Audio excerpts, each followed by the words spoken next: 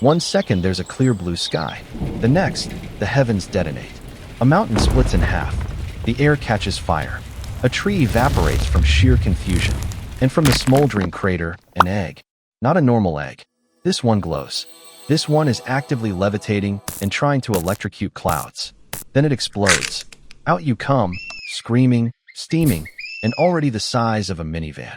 Your feathers are lightning rods. Your eyes are tiny cyclones. You flap once, and thunder rewrites the sky. The sky clears for 1 second. Then you sneeze, and summon a Category 3 lightning storm. You're a winged natural disaster with impulse control issues. Nearby animals assume you're a deity. Birds bring offerings. One squirrel tries to worship your tail. It doesn't end well. Your first steps cause a local drought. Your first wing flap floods a village. The clouds try to run away. They can't, because you're their boss now. Welcome to life. You're growing, which means louder storms, bigger wings, and absolutely zero impulse control. One time you got sleepy and tried to grab a cloud to nap on. Accidentally clutched a cyclone and flung it into a mountain. You didn't even notice. One time, you tried to land gently. You cratered a crater. Every adult Thunderbird tells you the same thing. Fly high, stay calm, avoid emotional outbursts. Which is great advice, until a goose insults your plumage and you obliterate the local ecosystem out of spite. You're banned from 3 mountain range. But the worst part? You're still considered too young to cause real damage. Which is horrifying, because you already turned a rainbow inside out. Your favorite game is, what happens if I scream directly into the stratosphere? Answer: ozone regrets its life choices. You're the awkward prelude. The terrifying puberty of the skies. You're officially too large to be considered adorable. Your wingspan now covers small villages. You eat clouds like cotton candy. Every emotion triggers a weather event. Confusion, fog, excitement, snow, embarrassment, full-blown thunderstorm, localized entirely inside your nest. Entire civilizations now worship you. They leave offerings, bread, meat, fruits. They carve your face into totems. You crash into their roofs during lightning naps. They pray for rain. You deliver a tornado wearing sunglasses. At least you're getting fan art now. Most of it's inaccurate. You don't glow purple. Okay, one time you glowed purple. That was food poisoning. And despite the chaotic reverence, you're starting to feel it, the pressure. The sky wants obedience. The people want miracles. You want snacks. You're fully grown now. Your wings could cover the entire village. Your eyes are sharp enough to spot a campfire from space. Your voice causes earthquake in time zones you're not even in. Your thunder makes the sky back off. You can now target your lightning. You can cook a deer at 500 meters. You once stopped a flood by absorbing it mid-rampage. You once ended a forest fire by shouting at it. You've erased droughts. Once, you intercepted a tornado mid-formation just to see if you could throw it into a volcano. You could. You did. Human-made statues. Wrote poems. Launched entire cults. And started blaming you for everything weather-related. Rain during a festival? Your fault. Too much sun at a wedding? Still your fault. Lightning hit a goat? Definitely you. Even when you were asleep. You try to leave for a week. To think. To nap. To be a bird. The world goes feral. One king starts a war to wake the sky up.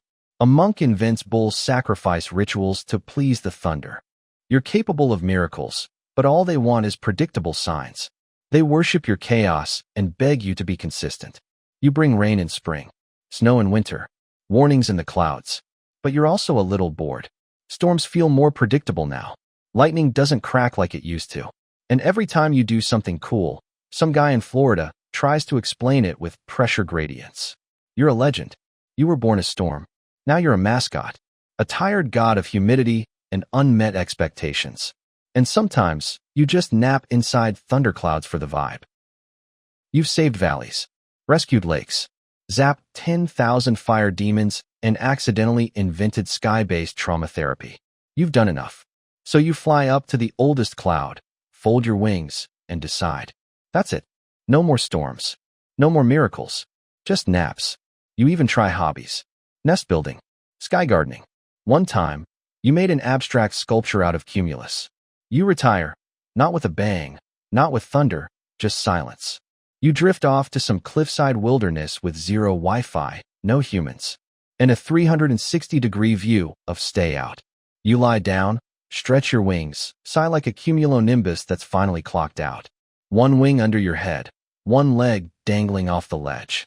You close your eyes, and instantly, the world catches fire. Literally. A river dries up, they summon you. A drought hits, they bang thunder drums until your name echoes. You try hiding behind a mountain, someone builds a shrine on it. The sky turns beige. The sun develops a grudge. Entire towns go so dry they legally classify as toast. Even when you don't show up, the idea of you gets blamed. Crops fail? Shouldn't the Thunderbird have done something? Plague returns? Maybe the Thunderbird's mad. Some guy stubs his toe? Storms used to be more helpful. You're not retired. You're invisible and resented. And slowly, it clicks. You were never worshipped. Just expected. You didn't become a legend. You became infrastructure. The humans panic. Not a little. A lot. They burn effigies of thermometers. They hold awkward ceremonies under empty skies. One guy straps forks to a kite and prays to the spicy sky bird. Meanwhile, you're hiding in a cave, stress-eating boulders, wondering how early is too early to fake your own extinction. They beg you to come back, not with offerings or songs, but with collapsing climate systems. They send rockets into the sky. They name a hurricane after you, and then ask you to cancel it. So you try. You roar. Just once. A tiny bit of thunder to calm them down. They rebuild 4 cities and call you a hero. You were tired. They made you essential. You didn't ask to be a weather god. You just wanted a nap. Once, you tried faking your death. They launched a 1,000-year Thunderbird Memorial Festival. It included fireworks, which summoned sky demons, which you had to fight. You wanted peace. They gave you merchandise. You wanted to disappear. They made your constellation blink. You were born a storm. You did your job. And now? You'd just like 5 minutes without becoming another sacred metaphor for emotional resilience. So now, when the clouds twist wrong, or the sun overstays its welcome, or a priest forgets how rain works, they look to the sky, and they ask, where is the Thunderbird? You're still up there. Technically. Sometimes, you flap once just to remind them you're alive. Sometimes, you sneeze and accidentally invent a new type of lightning. But mostly you watch. You watch as they carve your face into mountains, as they name their sports teams after you, as they sell umbrella charms with your wings on them, all the while praying you'll come fix what they broke. Again, you could.